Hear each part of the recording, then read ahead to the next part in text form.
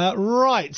Also, Purfleet on Thames we're going to talk about now. I'm delighted to be talking about this part of Essex as well. And if you live in this part of Essex, let me know, because there's been a lot of news in the past few days that might has been around. So this might have passed you by, but Purfleet has been singled out by the government as one of the Britain's best investment opportunities during a summit of world leaders and businesses this week. Purfleet on Thames is at the centre of a £1.3 billion plan in which a new town centre, railway station and nearly 3,000 homes could be built. Part of the plans also involve creating a media village to support the UK's film and television industry. The UK Global Investment Summit, held earlier this week, hopes to attract foreign investment into the UK, and it's hoped Purfleet will be among the beneficiaries. To tell us more about it, I'm joined by Ken Dytor from Urban Capitalist, who are working on the project with Swan Housing and the construction firm Keltbray. Hi to you, Ken. Hi, Ben. Hi. Good morning to you. Well, tell us, this sounds quite significant. £1.3 billion, an awful lot of money. What are the plans? Yeah, it is. It's very exciting. So thank you very much for allowing us to have an opportunity to speak. We've got plans approved now. We've been working in partnership with Thurrock Council. That's been really important. And we're going to be delivering a new railway station. We're closing the level crossing, putting a new bridge in because the level crossing was pretty dangerous. There are 2 new schools going in, new integrated medical centre, and as you say, 2,850 homes, as well as the film and TV studios. So this is a great commitment by government in being seen to support us. We're already getting money in from the government. Homes England are putting £75 million into infrastructure to allow us to proceed with the infrastructure from day one. So this is a real commitment by government in not just into Purfleet on Thames, but for Thurrock and into Essex as a whole. So, yeah, it's really good news, Ben. Why Purfleet? We've been working very hard with all the government agencies to deliver this scheme. We've got the planning consent now. It's ready to go. It's a project which actually leads on delivering health and education as well as new homes. So it's a meaningful input into the overall economy of the area. So we've been working very hard to sell the story to government that actually this is a good place to invest. And I'm pleased to say that seems to be messages getting home.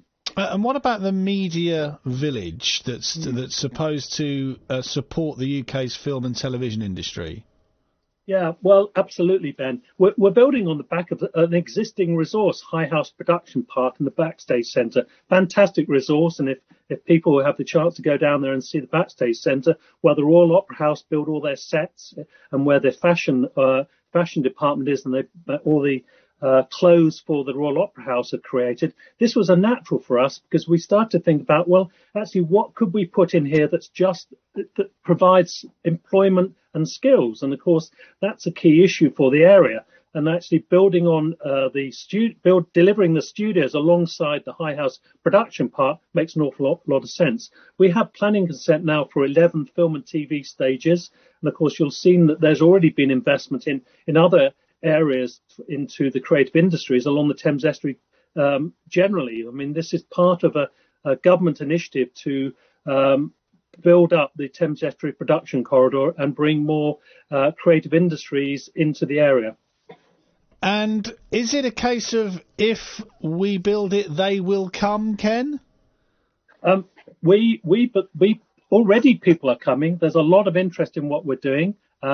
We are bringing in the investors at the moment. We've Knight Frank appointed to secure debt and equity funding into the project.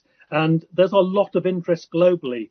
People want to be in schemes such as this. They want to be involved in projects to see delivery. And it's part of that sort of broader agenda that people want to see healthy communities created. And that's what we've been doing from day one. Long before the pandemic started, we were looking at actually how do we make Purfleet and Thames a healthy community. And Ken, there will be people listening, and you will know this, that will hear the words nearly 3,000 homes could be built and they will be groaning. You have used the words today, infrastructure and healthy community. What can you say to those people that are groaning in what is already a congested part of Essex to allay any fears they have this morning? I think what we're looking at doing, and you're quite right to point out the infrastructure, putting in the healthy accommodation, the integrated medical centre and the schools is fundamental to give people employment opportunities, skills opportunities and a healthy environment.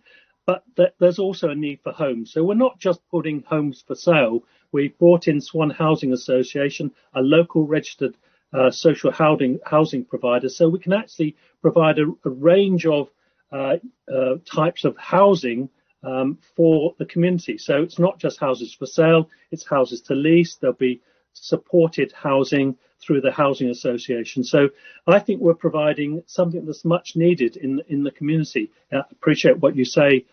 Some people may say we've got enough houses already, but what we're creating is a new community that will attract people to invest and there's a secondary school already being built there. We're on plans for building a new primary school, as well as the studios, which will create a lot of employment opportunities. Ken Dytor from Urban Catalyst, who are working on that project with Swan Housing and construction firm Keltbray, thank you for joining us this morning. So, well, over to that part of Essex, I guess. If you live in that part of Essex, Purfleet on Thames, anywhere around the Thurrock area, nearly 3,000 homes going to be built, but you're going to get a new town centre, you're going to get a new railway station, you're going to get 2 new primary schools, you're going to get a secondary school as well. The infrastructure and a medical centre, the infrastructure will be there. It's a whole new community that will make that area thrive, says Ken. Do you welcome the news? Media village as well? Jobs? Prospects? What do you think? If you're in that part of Essex, feel free to let me know about what you've just heard. 0800 111 40 41.